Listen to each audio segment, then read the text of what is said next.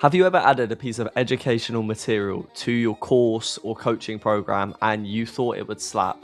But the thing is, by the time people get to it, they're just not consuming anymore, they're dropping off. And as a result of that, they're churning. Well, in today's video, I'm going to go over 5 sections to show you how content actually can kill retention in certain contexts. By the end of this video, you'll be able to identify the problem, know the mindset behind the problem, also how to engineer wins, how to gain momentum, and as a result of that, how to reduce churn and build trust for upsells in your community. Let's get into it. All right then. So why more content kills retention and what to do instead. We're first going to go over like the problem. And the problem is that I believe like a lot of creators, they have a trigger, right? So before we get into this, they have some sort of trigger, whether it's like churns increase, consumption's not really that good, so they're not getting tangible results from their program, or just in general, like the ascension path's pretty weak, trust isn't great in the community, not getting as many testimonials.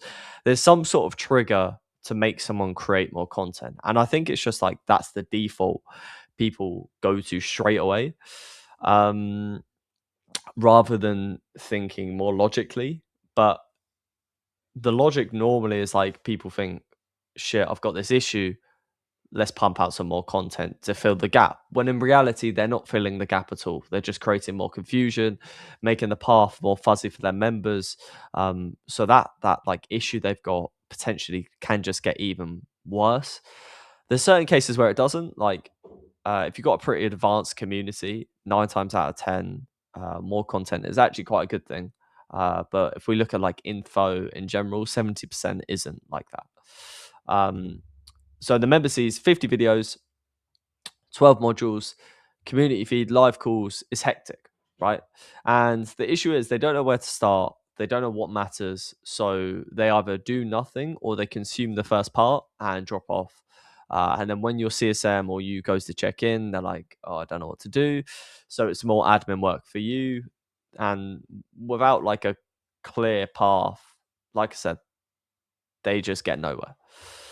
So let's look at like the reason why people actually buy, the mindset. And obviously all of you probably know this, but it's a transformation, an identity shift, whether that's like from here, like this image I've tried to explain, but like whether they're really messy and they want to get out of it, they want your mentorship, they want your guidance, whether they want to become a better trader, they want to lose weight, whatever it is, they want a transformation from their current self to their new self, and you're bridging the gap essentially.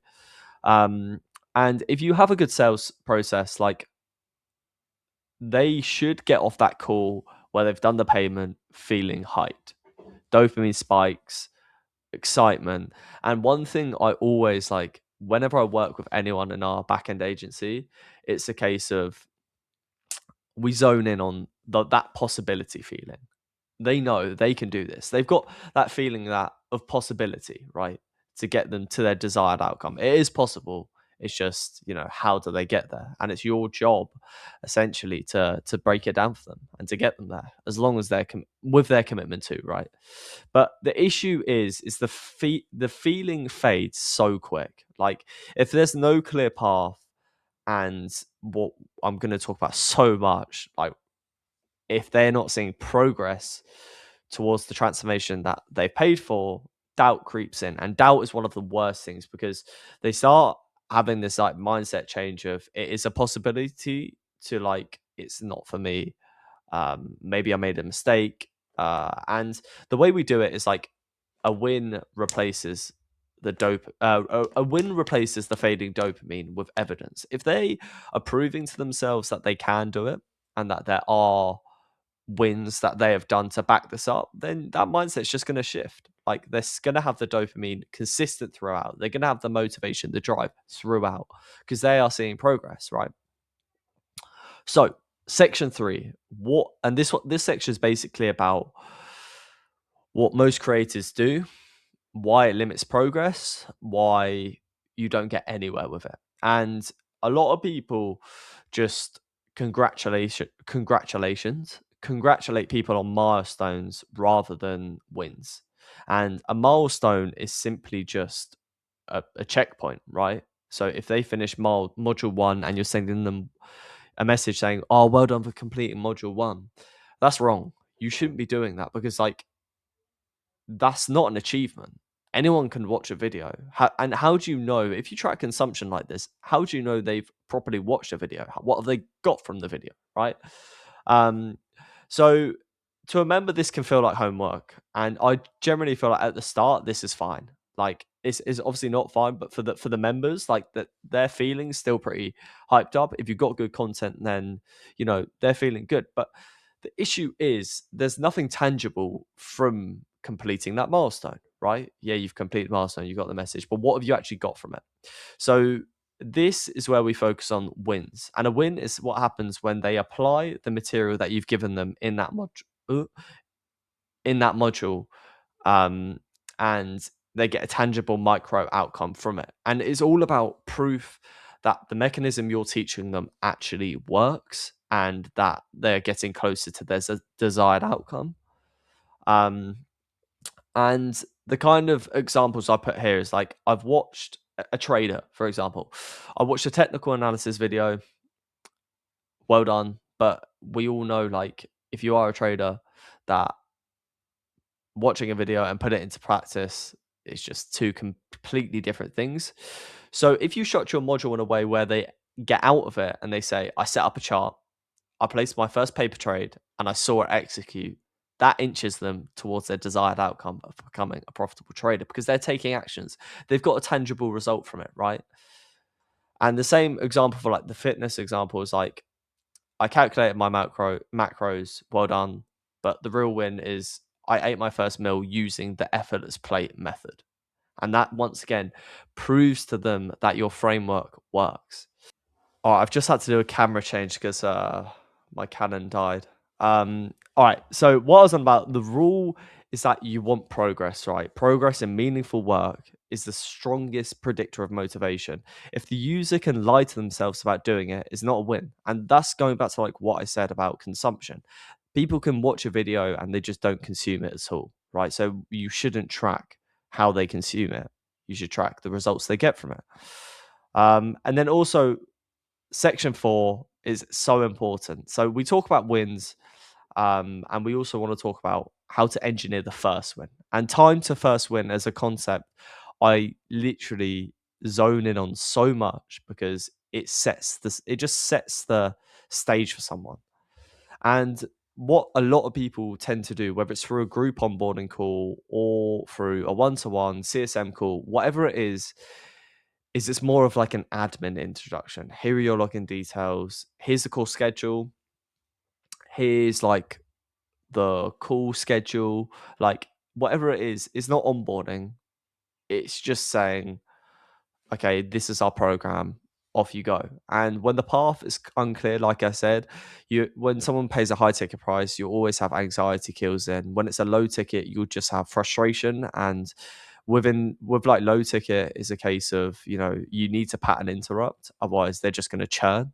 And the only way to do that is like within 72 hours, which we'll kind of talk about it. But to guarantee a win, you need to remove the guesswork from when you onboard someone. Please just set the expectations, set the roadmap, what we're just about to talk about. But like before they learn anything, show them the timeline. So for example, by day 2, you will have X result if you complete X, Y, and Z. By day 5, you will have X result if you do X, Y, and Z. If I've said that right. But this kind of creates in their mind that they can't do it, rather than just chucking them in the deep end when they can't swim, right? And for this too, like one thing that really, I haven't put it on there, but one thing that really works is if you know your audience's like background, say they're 9 to 5, like say they do have jobs rather than, young entrepreneurs, whatever it is, make the intro and onboarding suited towards them. So, right, here's your first month. Here's how to do it, like with alongside your 9 to 5. and then you break it down for them. Doing something like that just goes such a long way, a long way, and consumptions just will increase, wins will increase. You know how it is. So, how to execute this? A fitness coach, by tomorrow morning, you will have your first perfect day of nutrition on autopilot. Download this shopping list, go to the store today, and prep only your breakfast.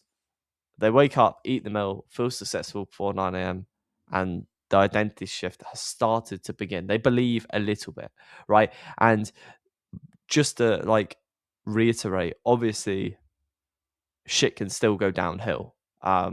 Because like it's one day, right?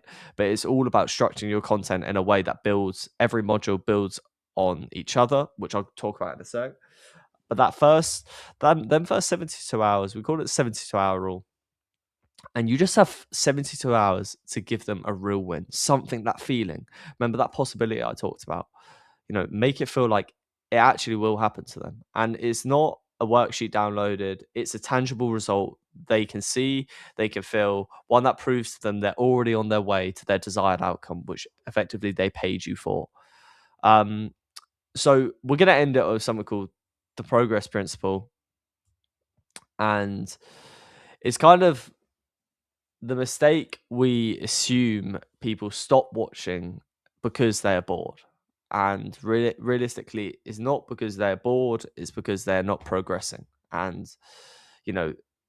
progression is, once again, momentum is one of the most important factors in getting results, in building trust, in, upselling people, getting testimonials. If they're progressing and gaining something from your content, then geez, they're going to give you everything, right? So the proximity rule motivation is based on proximity to the goal. So the closer you get to the finish line, the faster you run. The more wins you stack, the closer the outcome looks. The closer the outcome looks, the more content they consume. It's as simple as that. And this kind of goes on to what I said about the modules need to roll onto each other, right?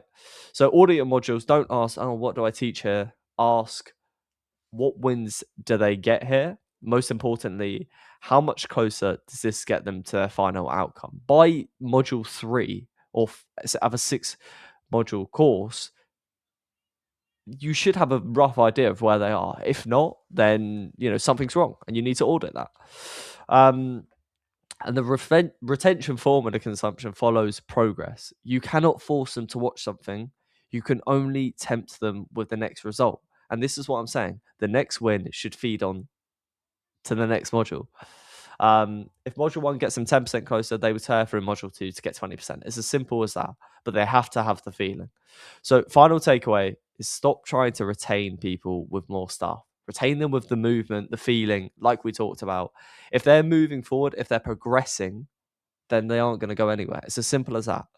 So progression is what we teach. Progression is, for me, the biggest retention strategy, the biggest upsell strategy, the biggest trust and testimonial strategy you will ever have.